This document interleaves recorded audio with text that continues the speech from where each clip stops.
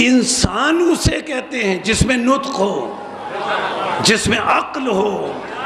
فرق کیا ہوا؟ جانور اپنی خواہش کے مطابق کھاتا ہے، انسان عقل کے مطابق کھاتا ہے، دیکھتا ہے یہ نقصان دہ تو نہیں ہے، کہیں اس کی وجہ سے میں مر تو نہیں جاؤں گا۔ انسان اپنی عقل کے مطابق کھاتا ہے، یہی تو فرق ہے۔ جانور اپنی خواہش کے مطابق کھاتا ہے، انسان اپنی عقل کے مطابق کھاتا ہے۔ مسلمان اسلام کے مطابق کھاتا ہے، مومن ایمان کے مطابق کھاتا ہے، متقی تقوی کے مطابق کھاتا ہے۔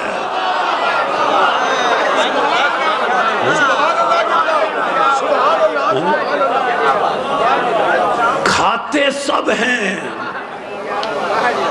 کھاتے سب ہیں، لیکن سب کے کھانے میں فرق ہے۔ کسی کے کھانے میں خواہش ہے، کسی کے کھانے میں عقل ہے، کسی کے کھانے میں اسلام ہے، کسی کے کھانے میں ایمان ہے، کسی کے کھانے میں تقوی ہے۔ تو ایمان اور تقوی یہ کہاں ملتا ہے؟ رسول نے فرمایا علی کے شانے پر ہاتھ رکھ کے، یا علی انتا امیر المومنین و امام المتقین۔ اچھا، رسول نے بات ایک کہی، کیا بات کہی؟ کہ علی تو امیر المومنین ہے، تو امام المتقین ہے۔ رسول کا فرمان ایک ہے کہ تو امیر المومنین ہے، اے علی تو امام المتقین ہے۔ ایک فرمان میں رسول نے دو باتیں بیان کر دی۔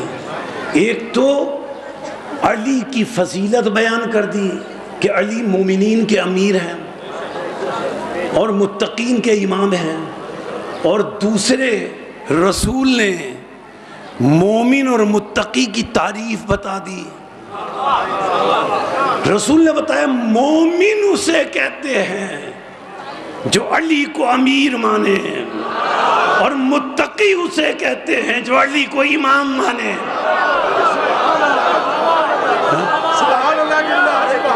ٹھیک ہے؟ تو اللہ نے فرمایا، اب ترجمہ کریں آیت کا، وَلِلَّهِ يَسْجُدُ مَنْ فِي السَّمَاوَاتِ وَالْأَرْضِ۔ سنو، اللہ کی بارگاہ میں سجدہ کر رہے ہیں کون؟ من، جو ذوی العقول ہیں، جو حیوان ناطق ہیں، من جو من موصولہ ہیں، من مانے جو، موصولہ مانے جو، من مانے وہ جو عقل والا جانور ہو، من مانے وہ جو عقل والا جانور ہو۔ اللہ فرماتا ہے وہ جو عقل والا جانور ہے، جسے اصطلاح میں کہتے ہیں ذوی العقول، عقل والا، اللہ فرماتا ہے وہ میری بارگاہ میں سجدہ کر رہے ہیں، سب سجدہ کر رہے ہیں۔ کون؟ وہ جانور جو ناطق ہیں، وہ جانور جو عقل رکھتے ہیں، وہ جانور جو ضحک کرتے ہیں، ضاحک ہیں، وہ میری بارگاہ میں سجدہ کر رہے ہیں۔ اچھا، پھر فرماتا ہے، آیت آگے بڑھی، طوعاً وکرہاً۔ سنو، یہ میری بارگاہ میں سجدہ کر رہے ہیں، انہیں سجدہ کرنا پڑے گا۔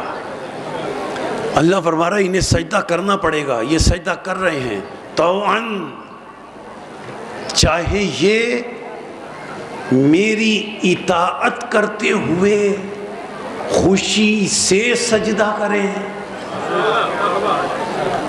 چاہے یہ میری اطاعت کرتے ہوئے طوعاً خوشی سے سجدہ کریں، وکرہن، اور چاہے مجبوراً میری بارگاہ میں سجدہ کریں، انہیں سجدہ کرنا پڑے گا۔ لیکن فرق ہے، اگر طوعاً سجدہ کریں وہ اور ہے، کرہن مجبوراً سجدہ کریں وہ اور ہے۔ جو مجبوراً سجدہ کرے گا اسے کوئی انعام نہیں ملے گا،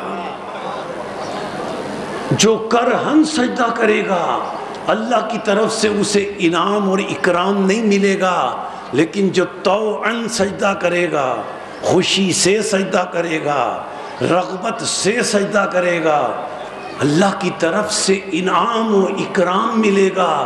ورنہ دیکھ لیں جو مجبوراً سجدہ کرتے ہیں ان کے لیے کوئی انعام نہیں ہے، اور جو اطاعت کرتے ہوئے خوشی اور رغبت سے طوعاً سجدہ کرتے ہیں، اگر وہ ایک سجدہ کر لیں، اگر طوعاً خوشی اور رغبت سے اگر وہ ایک سجدہ کر لیں تو قیامت تک کے لیے انہیں سید الساجدین کا لقب مل جاتا ہے۔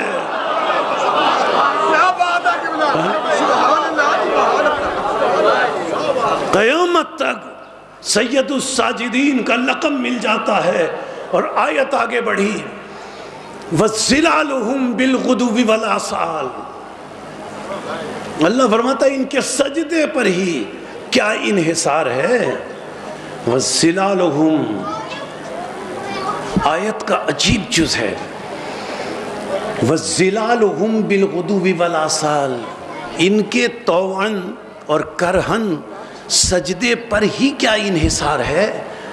وَظِلَالُهُمْ بِالْغُدُوِّ وَالْآصَالِ، ذرا یہ غور تو کریں، ان کے بدن کا سایہ، ان کے جسم کا سایہ بھی صبح شام، ان کے بدن کا سایہ صبح شام زمین پر بچھ کر اللہ کی بارگاہ میں سجدہ کر رہا ہے۔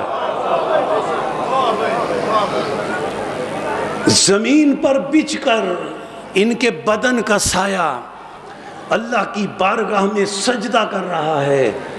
یعنی انسان کو یہ زمین پر بچھ کر اس کے بدن اور جسم کا سایہ زمین پر بچھ کر انسان کو سجدے کی تعلیم دے رہا ہے۔ یہ سایہ اس بدن کو سجدے کی ترغیب دے رہا ہے اور بتا رہا ہے کہ جیسے میں، اے میرے بدن، جیسے میں اللہ کی بارگاہ میں بچھا ہوا ہوں، تو بھی اللہ کی بارگاہ میں ایسے ہی بچھ جا۔ بدن کا سایہ، اس کی حکمت کیا ہوئی؟ اس کی حکمت یہ ہے کہ اللہ نے ہر بدن کا سایہ رکھا، اور سائے کی حکمت یہ ہے کہ وہ سایہ ہر بدن کو، جس بدن کا وہ سایہ ہے اس بدن کو وہ سایہ سجدے کی ترغیب دے، سجدے کی تعلیم دے۔ یعنی سائے کی حکمت کیا ہے؟ قرآن نے بتائی سائے کی حکمت کیا ہے۔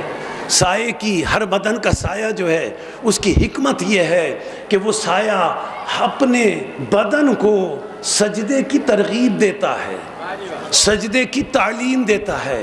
معلوم ہے سجدہ کی تعلیم سایہ دے رہا ہے۔ معلوم ہے سایہ رکھنے کی حکمت یہ ہے کہ یہ سایہ ہر بدن کو سجدے کی تعلیم دے۔ اب سمجھ میں آیا، اب سمجھ میں آیا کہ سایہ رکھنے کی حکمت یہ ہے کہ یہ سایہ ہر بدن کو سجدے کی تعلیم دے۔ اب سمجھ میں آیا کہ اللہ نے 14 کا سایہ کیوں نہیں رکھا تھا۔ اللہ نے 14 کا سایہ کیوں نہیں رکھا؟ ان کا سایہ اللہ نے اس لیے نہیں رکھا کہ سائے کی حکمت تو یہ ہے کہ سجدے کی تعلیم دے، اور یہ 14 وہ ہیں جن کے صدقے میں سجدے کو خلق کیا گیا ہے نا؟ اور ایک حکمت رسول کے ساتھیوں نے